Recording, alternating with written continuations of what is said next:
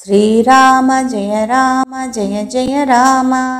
లంకా విజయానంతరము శ్రీరాముడు మహాసభ యందుండగా దేవర్షి నారదుడు, విశ్వామిత్రుడు, వశిష్ఠుడు అనేక ఋషిగణములు సమావేశమై ఉండిరి. అట్టి సమయమున నారదుడు ఋషులను శ్రీరామనామము, శ్రీరాముడు వీనిలో ఏది శ్రేష్టమైనది అని ప్రశ్నించెను. అందరూ తర్కించుచు ఏమీనూ చెప్పకుండిరి. అప్పుడు నారదుడు, నేను నిర్ణయించి తిని నామమే శ్రేష్టమైనది అని చెప్పి అది ఇప్పుడే రుజువు చేయవలనని తలచి హనుమానుని పిలిచి, మహావీర, నీవు శ్రీరామునకు సమస్త ఋషులకు నమస్కారము చేయము, కానీ విశ్వామిత్రునకు మాత్రము చేయకుము అని చెప్పాను. హనుమానుడు అట్లే చేశాను. అప్పుడు నారదుడు విశ్వామిత్రునికి చెంతకేగి, చూచితిరా, హనుమానునికి ఎంత గర్వమో, అందరికీ ప్రణామము చేసి మీకు మాత్రము చేయలేదు, అందువలన మీరు తప్పక శిక్షించవలెను అని చెప్పాను. విశ్వామిత్రుడు కోపముతో రాముని సమీపించి, రాజా, నీ సేవకుడైన హనుమానుడు అందరి ఋషుల మధ్య నన్ను ఘోరముగా అవమానించెను. అందువలన రేపు సూర్యుడు అస్తమించే లోపునే వానిని నీవే స్వయంగా సంహరించవలను అని కోరెను. విశ్వామిత్రుడు శ్రీరామునికి గురువాగుటచే రాముడు వాని ఆజ్ఞను పాలించవలెను. రాముడు నిశ్చేష్టుడయ్యెను. రాముడు హనుమానుని వధించును అన్న వార్త నగరమంతటా వ్యాపించెను.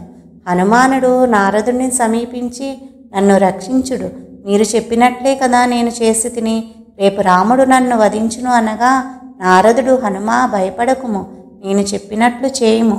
సూర్యోదయమునకు ముందుగా లేచి సరయూ నది యందు స్నానము చేసి నదీ తీరమున నిలబడి శ్రీరామ జయ రామ జయ జయ రామ అను ఈ మంత్రమును జపింపుము, నీకు హాని జరుగదు అని ఉపదేశించెను. హనుమానుడు అట్లే చేసి నామము జపించుచూ ఉండెను. నగరవాసులందరూ ఏమి జరుగుననో అని అచ్చటికి చేరారు. రాముడు హనుమానుని కరుణాకటాక్షము వీక్షించుచూనే అయిష్టముగానే బాణవర్షము కురిపించెను. అవి హనుమానుని ఏమీ చేయలేకుండెను. రాముడు రావణ కుంభకర్ణాది రాక్షసులను వధించిన అమోఘమైన బాణములు ప్రయోగించెను. ప్రయోజనము లేకపోయెను. తుదకు బ్రహ్మాస్త్రమును ఎత్తెను. హనుమానుడు పెద్దగా నామము జపించుచూ ఉండెను. రామనామము ఘోషించుచుండెను. అందరూ ఆశ్చర్యచకితులై చూచుచుండిరి.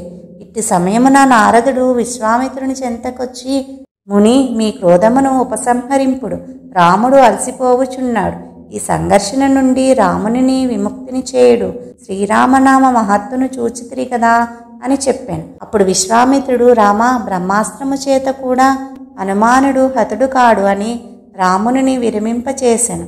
హనుమానుడు శ్రీరాముని చరణములపై పడెను. విశ్వామిత్రునకు కూడా ప్రణమిల్లెను.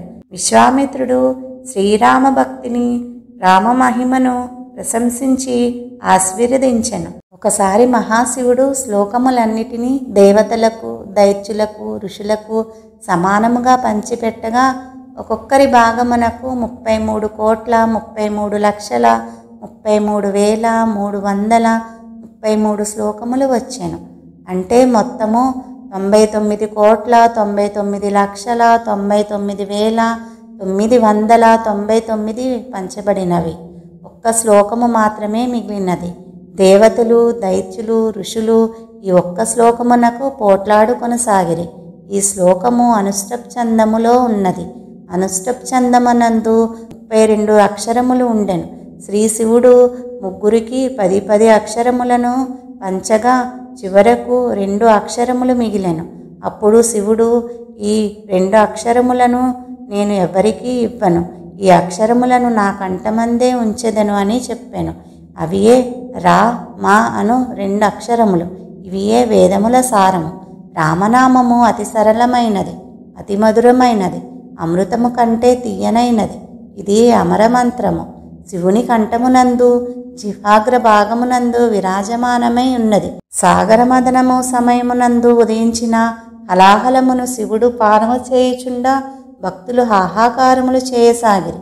అప్పుడు శంకరుడు వారిని ఓదార్చుచూ ఇట్లనెను, శ్రీరామనామము సర్వమంత్ర బీజము.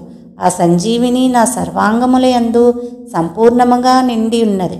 అందుచేత హలాహల విషము వలన కానీ, ప్రళయానల జ్వాల వలన కానీ, మృత్యువు వలన కానీ నాకెట్టి భయము లేదు అని వారితో చెప్పుచూ శివుడు విషము త్రాగెను.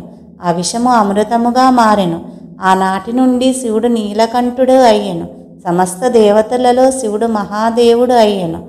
శివభగవానుడు పార్వతీతో రామనామ మహిమను గురించి ఈ విధంగా చెప్పసాగాను. హే సుముఖి, రామనామము విష్ణు సహస్రనామముతో సమానమైనది.